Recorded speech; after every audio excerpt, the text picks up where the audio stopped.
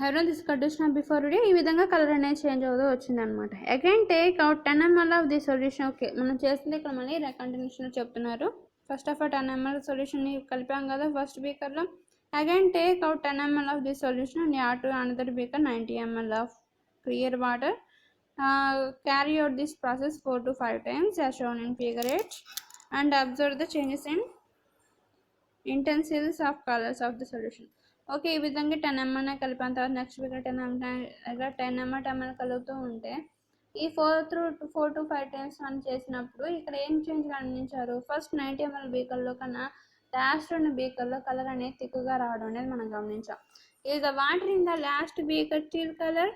అలానే వాటర్ బీకర్లో ఉన్న లాస్ట్ ఎక్కువ కలర్గానే ఉందా? అది 90 ml కలుపుతున్నా కూడా దాంట్లో కలర్ అనేది ఒకే రకంగా ఉందా?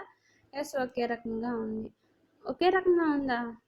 కలర్ అనేది థిక్నెస్ వచ్చింది, చేంజ్ అనేది వచ్చిందా రాలేదా? వచ్చింది. How is the possible of 2 small crystals of potassium permanganate to color a large volume of the water? అలానే 2 crystals of potassium permanganate ని లార్జ్ వాల్యూమ్ ఉన్న బీకర్లో వేసినప్పుడు ఎలా ఉంది, తక్కువ వాల్యూమ్ ఉన్న బీకర్లో వేసినప్పుడు ఎలా ఉంది? లార్జ్ వాల్యూమ్లో 90 ml ఉంది వాల్యూమ్, ఇలా తక్కువ వాల్యూమ్ ఎంత 30 ml ఉంది అనుకోండి ఫర్ ఎగ్జాంపుల్. సో వాటి యొక్క కలర్ డిఫరెన్స్ ఎలా ఉంది? 90 ml లో కలర్ అనేది లైట్గా కనిపిస్తుంది, 30 ml ఉన్న బీకర్లో తక్కువ వాల్యూమ్ ఉన్న బీకర్లో కలర్ అనేది ఎక్కువగా కనిపించింది. కానీ మనం ఇక్కడ కలిపింది టూ క్రిస్టల్స్ ఆఫ్ పొటాషియం. ఇది 2 crystals of potassium permanganate solution. ఇక్కడ కూడా 2 crystals of potassium permanganate solution. Okay, ఆ సొల్యూషన్ ఎంత వాల్యూమ్లో తీసుకున్నా? 10 ml వాల్యూమ్లో తీసుకున్నాం. ఓకే, అయితే what do you understand from this activity? ఈ యాక్టివిటీ వల్ల మీరేం గమనించారంటే, repeat the activity by taking a few crystals of copper sulfate instead of potassium permanganate. Same ప్రాక్టికల్ని మీరు పొటాషియం పర్మాంగనేట్ క్రిస్టల్స్కి బదులు ఏ క్రిస్టల్ తీసుకున్నా కాపర్ సల్ఫేట్ తీసుకొని దాన్ని కాపర్ సల్ఫేట్ సొల్యూషన్ తీసుకొని మీరు ఎక్స్పెరిమెంట్ కంటిన్యూ చేయండి నెక్స్ట్ టైం. ఓకే, నెక్స్ట్ ఏంటంటే our interesting conclusions can be drawn from this above activity. ఈ యాక్టివిటీ వల్ల కొన్ని రకాల ఇంట్రెస్టింగ్ థింగ్స్ని మనం నేర్చుకోవడం అనేది జరుగుతూ ఉంటుంది అనమాట. We can conclude that there must be several teeny particles in just one crystals of potassium permanganate and which are uniformly distributed into water to changes in color. ఏదైనా పొటాషియం పర్మాంగనేట్ని క్రిస్టల్గా తీసుకున్నప్పుడు అయితే సాలిడ్ స్టేట్లో ఉంది, వెంటనే వాటర్లో వేయగానే అది ఆ వాటర్ అంతా డిస్ట్రిబ్యూట్ అయిపోయి వాటర్తో కలిసిపోయి వెంటనే సొల్యూషన్గా తయారైపోవడం, ఆ సొల్యూషన్కి దానికి ఉన్న రంగును కూడా ఇవ్వడం అనేది జరిగింది. ఓకే, అయితే similarly the few crystals of copper sulfate too has several teeny particles which is distributed in a large quantity of water to given colors. Okay, so అలానే కాపర్ సల్ఫేట్ని కూడా నెంబర్ ఆఫ్ 2 క్రిస్టల్స్ తీసుకున్నాం, కానీ దాంట్లో number of tiny particles ఉంటాయి. ఈ potassium permanganate 2 crystals తీసుకున్నా కూడా దాంట్లో నెంబర్ ఆఫ్ టీనీ పార్టికల్స్ ఉన్నాయి. కాబట్టి ఫర్ ఎగ్జాంపుల్ మీకు డ్రా చేసి చూపిస్తాను.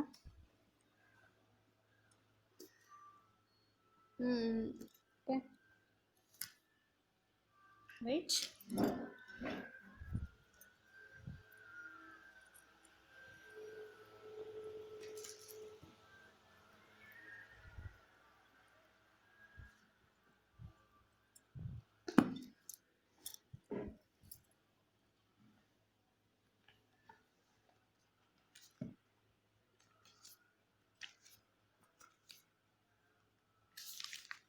ఓకే, ఫర్ ఎగ్జాంపుల్ ఇది 90 ml బీకర్ అనుకోండి, దీంట్లో పార్టికల్స్ ఇలా ఉన్నాయి అనుకోండి, జస్ట్ ఇమాజినేషన్. అయితే పొటాషియం పర్మాంగనేట్ క్రిస్టల్స్లో ఉన్న 2 క్రిస్టల్స్ నెంబర్ ఆఫ్ క్రిస్టల్స్తో తయారై ఉన్నాయి అనుకోండి. ఓకే, ఇవి దీంట్లోకి కలిపాం, ఇది పొటాషియం పర్మాంగనేట్ కలిపితే లార్జ్ వాల్యూమ్ ఉంది. అలానే సేమ్ బీకర్లో తక్కువ వాల్యూమ్ ఆఫ్ వాటర్ తీసుకున్నాం, ఇది వీటి మధ్య గ్యాప్ అనేది ఈ విధంగా ఉంది. ఓకే, బీకర్ తక్కువ వాల్యూమ్ ఉంది, ఇది హై వాల్యూమ్ ఉంది, ఇది లో వాల్యూమ్ ఉంది. Okay, same potassium permanganate crystals. Okay, so ఈ 2 crystals ఆఫ్ పొటాషియం పర్మాంగనేట్ని మళ్ళీ తక్కువ వాల్యూమ్ ఉన్న బీకర్లో కలిపాం. అప్పుడు ఇవి ఎలా అరేంజ్మెంట్ అవుతాయి, ఇవి అరేంజ్మెంట్ అవుతాయి పార్టికల్స్ మధ్య డిఫ్యూజన్ అనేది జరుగుతుందని చెప్పాం కదా. సో డిఫ్యూజన్ అనేది ఏ విధంగా జరుగుతుందంటే ఇక్కడ ఉన్నాయి కదా, ఇక్కడ ఉన్నప్పుడు ఇవి దీంట్లో యాడ్ అయినప్పుడు ఏవైతే గ్యాప్స్ ఉంటాయో లిక్విడ్ మధ్య గ్యాప్స్లో ఇవి సెట్ అవ్వడం అనేది జరుగుతూ ఉంటుంది అనమాట. సో ఇక్కడ ఈ 2 క్రిస్టల్స్ అనేది దీంట్లో కలిగి ఇది లైట్గా కలిసినాయి కదా. అదే తక్కువ వాల్యూమ్ ఉన్న దాంట్లో అయితే ఇవి ఎలా కలిసి ఉంటాయి, తక్కువ గ్యాప్ ఉంది కదా, తక్కువ వాల్యూమ్ ఉంది కదా, సో ఇలా కిక్కిసిపోయి ఉంటాయి. చూడండి, ఇవి వీటితో ఎలా కలిసినాయి, ఇవి వీటితో ఎలా కలిసినాయి. ఎక్కువ ఉన్న వాల్యూమ్తో డిఫ్యూజన్లో అవి ఎలా ఉందంటే అది లిక్విడ్లో ఈ క్రిస్టల్స్ కలిసినా కూడా వాటి మధ్య గ్యాప్స్ ఎక్కువ ఉండటం వల్ల అది మనకి తక్కువ లైట్ కలర్లో మనకు కనిపిస్తుంటుంది అన్నమాట పొటాషియం పర్మాంగనేట్ సొల్యూషన్. అలానే 2 crystals of potassium permanganate solution తక్కువ వాల్యూమ్ ఆఫ్ వాటర్లో కలిసినప్పుడు ఏమవుతుందంటే డిఫ్యూజన్ అనేది జరుగుతుంది, వ్యాప్తి చెందుతుంది. అంటే లిక్విడ్ మధ్య టినీ పార్టికల్స్ మధ్య గ్యాప్లో ఇవి వచ్చి చేరుతూ ఉంటాయి. కానీ వీటి మధ్య గ్యాప్స్ అనేది తక్కువ వాల్యూమ్ ఉండడం వల్ల చాలా తక్కువగా ఉంది కాబట్టి అది మనకి థిక్ కలర్లో మనకి కనిపిస్తూ ఉంటాయి అన్నమాట. ఓకే, ఇవి ఎక్కువ వాల్యూమ్లో తక్కువ క్రిస్టల్ కలగడం వల్ల ఇదేంటి లైట్ కలర్లో మనకి కనిపిస్తూ ఉంటాయి అన్నమాట. ఓకే, ఈ విధంగా వాటి మధ్య అరేంజ్మెంట్ అనేది థిక్ ఎందుకు కనిపిస్తుంది, లైట్గా ఎందుకు కనిపిస్తుంది ఆ సొల్యూషన్ అంటే దానికి కారణం ఇదన్నమాట.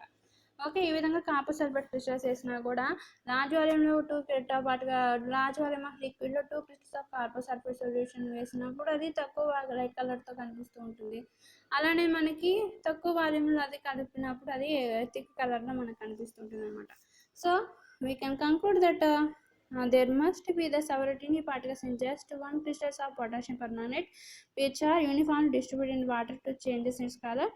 Okay, similarly a few crystals of copper sulfate too have several tiny particles which are distributed in large quantity of water to give color.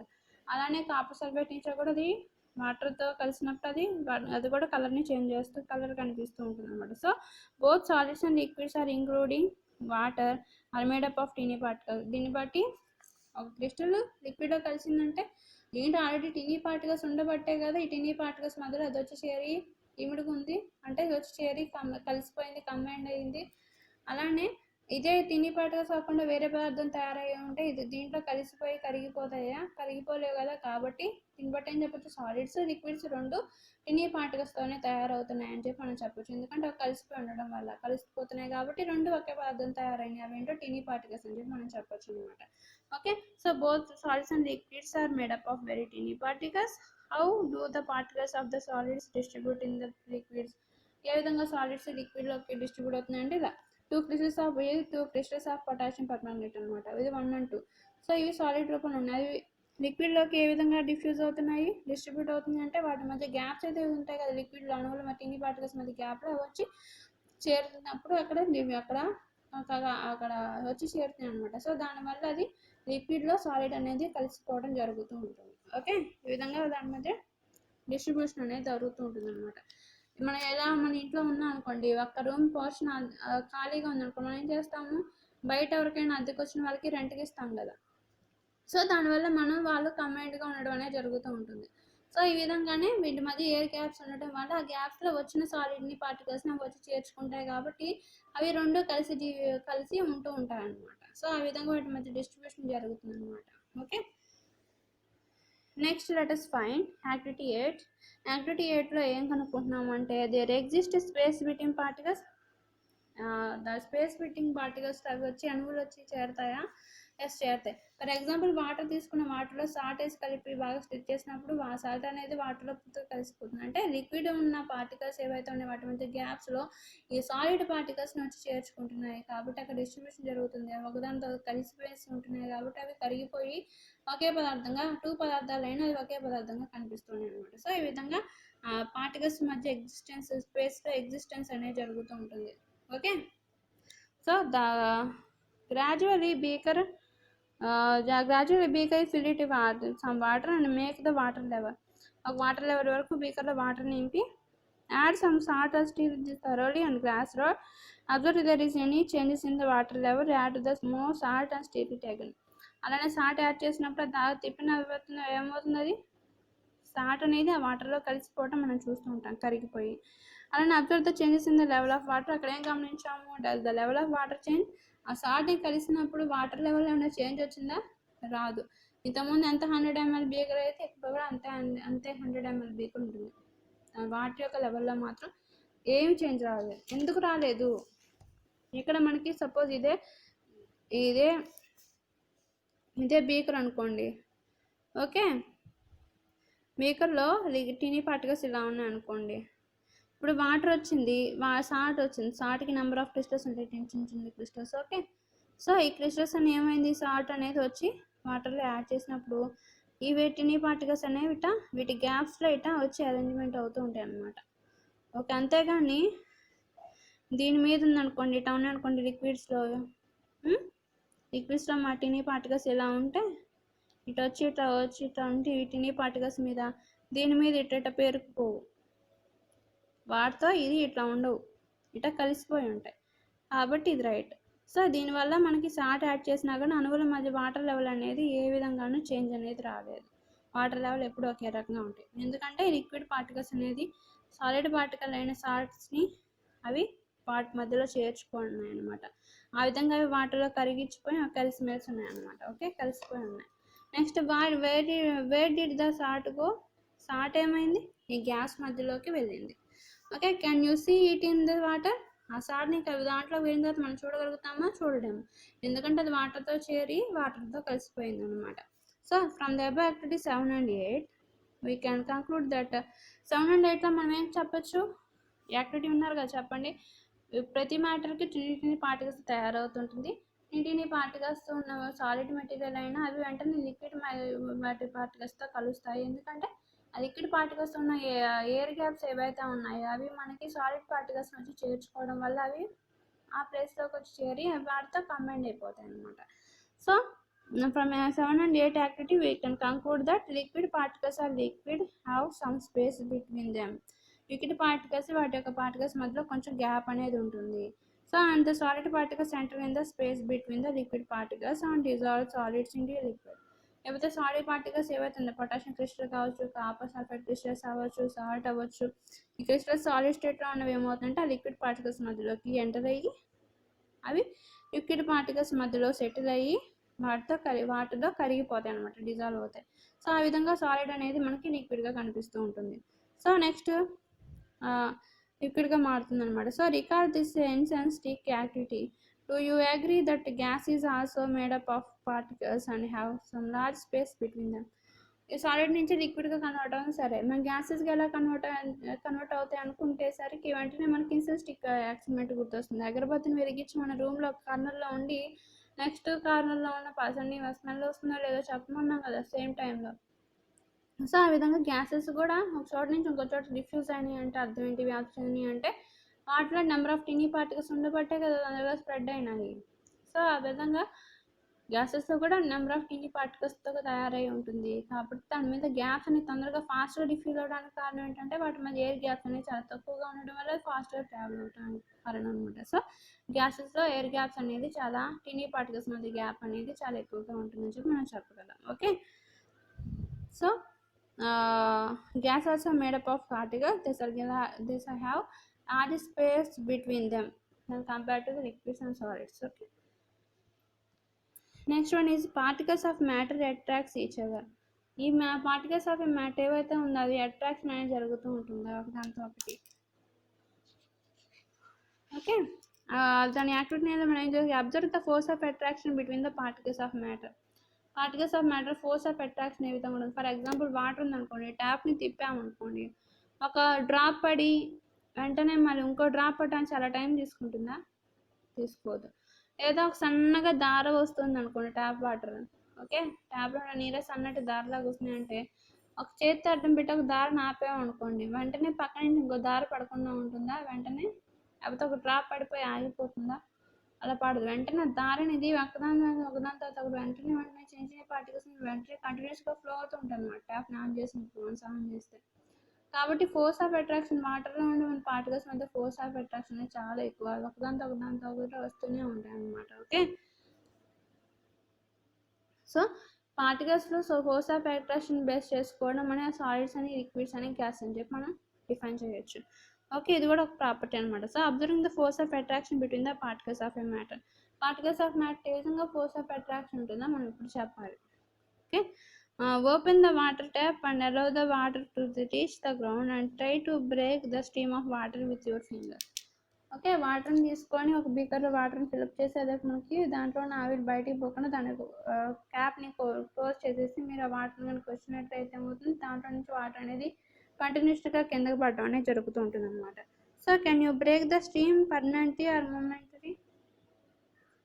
అలా వచ్చే దారిని మనం పర్మనెంట్గా కానీ అప్పటి సిచ్యువేషన్గా కానీ మనం ఏమైనా off చేయగలుగుతామా?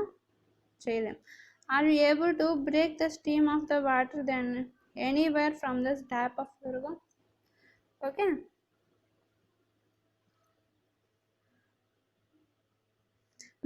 Are you able to break the stream of water anywhere from the tap of from tap నుంచి గ్రౌండ్కి పడే వాటర్ ఏ విధంగా అయినా దాని యొక్క ప్రవాహాన్ని నువ్వు ఆపగలవా? చేత్తో పట్టుకొని అస్సలు ఆపలేవు, ఏ విధంగా చేసినా ఆపలేవు అనమాట దాని యొక్క ప్రభావం కాదు. So what is the reason behind for the water remaining together? వాటర్లో ప్రవాహాన్ని ఆపకుండా వెంటనే కంటిన్యూస్గా వదలం తర్వాత పడిపోవడానికి కారణం ఏంటి? ఫర్ ఎగ్జాంపుల్ నాగార్జున సాగర్ డ్యామ్కి వెళ్ళాము, వాటర్ వెంటనే ఫ్లో అవుతూ ఉంటుంది, దాన్ని ఎవరైనా ఆపగలరా? మళ్ళీ ఆపలేరు కదా. సో దాని యొక్క రిమైండ్ అవి stream of water remains together and next now try to break the piece of iron nail with a hammer. Okay, అలాంటి ఐరన్ స్కిన్ తీసుకుని దాన్ని హ్యామర్తో కొట్టినప్పుడు దాంట్లో ఏమైనా మార్పు వస్తుంది, దాని యొక్క ప్రాపర్టీలో ఏమైనా మార్పు వస్తుంది.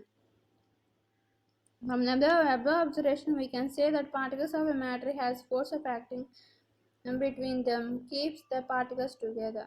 సో అవి సాలిడ్గా ఉండడానికి కానీ లిక్విడ్స్గా ఉండడానికి గ్యాస్ ఉండాలంటే దాని మీద ఫోర్స్ ఆఫ్ అట్రాక్షన్ అనే ప్రాపర్టీ ఉందన్నమాట. దానివల్ల అవి లిక్విడ్స్గా సాలిడ్స్గా గ్యాసెస్గా మారుతూ ఉంటాయి అనమాట. So it is also clear that force is not equally strong and different in different అనమాట. సో దీనివల్ల మన ఫోర్స్ అనేది స్ట్రాంగ్గా ఉండదు, దానివల్ల మనం డిఫరెంట్ మ్యాటర్స్కి మనం okay we can clear that the force is not equally strong and different in different forms of matter. So ఈ విధంగా మనం చెప్పాలంటే ఫోర్స్ అనేది అన్ని రకాల పదార్థాలు ఒకే రకంగా ఉంటుంది, ఒక్క పదార్థాన్ని బట్టి ఒక రకంగా అప్లై అవుతూ ఉంటుంది అనమాట. Okay, next how diffuse take place, ఏ విధంగా వ్యాప్తి చెందిందో మనం ఇప్పుడు తెలుసుకుందాం. Okay, we have already carried out the several activities to explain diffusion of particles of solids, liquids and gases. Diffusion can be possible in the particles of a matter more continuously. ఏ పదార్థాన్ని సాలిడ్గా liquid గ్యాసెస్గా diffuse అవుతామని జరుగుతుంటుంది, అలాంటి diffusion వ్యాప్తి చెందడం కూడా కంటిన్యూస్గా జరుగుతూ ఉంటుంది. If the intrinsic activity in the particle responsible sense have moved into the space between the null particles and the center particles quickly spread across the room. Okay, ఈ విధంగా మనకి ఆఫర్ ఎక్స్పెరిమెంట్ మనం చూసినట్లయితే ఇంతకుముందు వీడియోలో అది మనకి వెంటనే రూమ్ మొత్తం స్ప్రెడ్ అవుతుంది, వెంటనే ఎందుకంటే తొందరగా వాతావరణంలో గాలితో కలిసి గుణం ఉంటుంది కాబట్టి. Okay, the particles of solids, liquid and gases diffuse into liquids and gases. అదైనా మనకి సాలిడ్ అయినా లిక్విడ్ అయినా గ్యాస్ అయినా అది మనకి ఏ విధంగా మనకి డిఫ్యూజ్ అవుతుంది, వ్యాప్తి చెందడం జరుగుతుంటుంది, లిక్విడ్ కానీ వ్యాప్తి చెందడం జరుగుతుంది అనమాట, లిక్విడ్ అండ్ గ్యాసెస్గా. Okay, rate of diffusion of gases is higher than that of liquids. So ఈ డిఫ్యూజన్ వ్యాప్తి చెందడం అనేది లిక్విడ్స్ అనేది తొందరగా సాలిడ్స్తో పోల్చుకుంటే లిక్విడ్స్ ఎక్కువ తొందరగా వ్యాప్తి చెందుతూ ఉంటాయి అనమాట. For example next where the rate of diffusion of liquids has higher than the solid, and there are the two reasons for this diffusion of gases on due to the together high speed of gas particles and another one is greater speed between them. Okay, so solids liquids మధ్య diffusion అనేది ఏ విధంగా జరుగుతుందంటే వాటి మధ్య నేర్ gas వల్ల diffusion అనేది జరుగుతుంటుంది ఎక్కువ. there are two reasons for this high rate of diffusion of gases. One is due to the higher speed of gas particles and another one is the due to the greater space between the particles. Okay,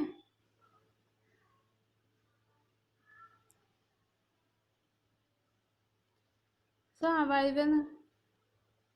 diffusion అనేది అణువుల మధ్య ఉన్న స్పేస్ని బట్టి గ్యాప్ని బట్టి మనకి అది distribute అవుతుందా లేదనే జరుగుతుంటుంది అనమాట. Okay, greater space between the particles have greater diffusion. ఎక్కువ గ్యాసెస్ మీద పార్టికల్స్ మీద ఎక్కువ స్పేస్ ఉంది కాబట్టి తొందరగా డిఫ్యూజ్ అయితే రూమ్ మొత్తం ఆ గ్యాస్ అనేది స్ప్రెడ్ అవుతుంటాయి అన్నమాట. తక్కువ స్పేస్ ఉంటే మనకి తక్కువ డిఫ్యూజ్ అవుతూ ఉంటాయి. అసలు డిఫ్యూజ్ లేకపోతే హోమోజీనియస్గా ఉంటాయి, మనకి సాలిడ్గా ఉంటాయి అనమాట. సో ఈ విధంగా మనకి వాటి పెట్టిన పర్సెంట్ గ్యాప్ని బేస్ చేసుకున్నాను వాటిని ఏ విధంగా సాలిడ్స్ అని లిక్విడ్స్ అని గ్యాస్ అని డిఫైన్ చేస్తాం మనం చెప్పుకున్నాం కదా. సో సాలిడ్ అయితే స్ట్రక్చర్ ఇలా ఉంటుంది, దాని అణువుల మధ్య దూరం అనేది ఏమైనా ఉందో చిన్నగా అసలు లేదనమాట, తక్కువగా ఉంది. అలానే లైట్ టెస్ట్ అనమాట. సో దాని యొక్క ఎయిర్ గ్యాప్స్ ఎలా ఉంది, పార్టికల్స్లో కొంచెం దూరంగా ఉన్నాయి. ఇది గ్యాస్ అనమాట. బెలూన్ ఉన్న పార్టికల్స్ చాలా దూరంగా ఉన్నాయి. So given the observation on the diagram which shows the difference and arrangement of particles in solids, liquids and gases. Okay, ఈ విధంగా మనం మ్యాటర్ సాలిడ్స్ లిక్విడ్ గ్యాసెస్ లోకి కన్వర్ట్ చేసుకుని the gas of a particles are not a closer together to a liquid. Gas particles అనేవి liquid parts లాగా క్లోజ్గా ఉండవు, అవి కొంచెం దగ్గరగా ఉంటాయి అనమాట. So the coloured gas mixed with colourless gas, the colourless spread evenly in it. Okay, colourless gas coloured గ్యాస్లోకి స్ప్రెడ్ అయితే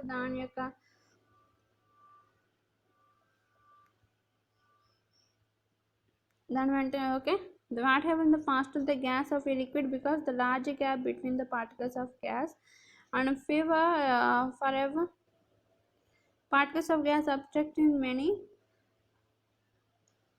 spreading.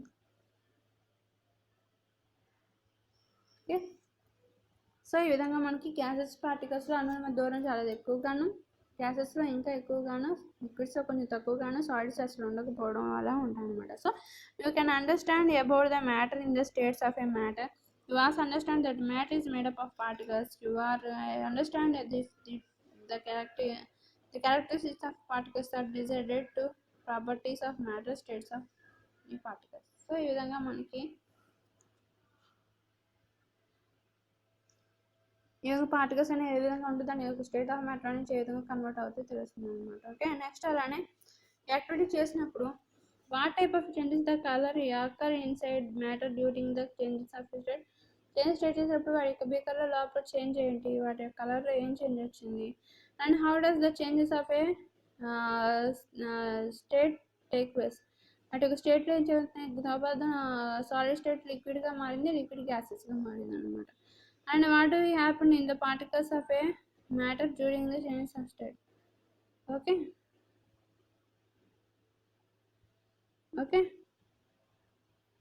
next effect of temperature. This is next video. Okay, thanks for watching.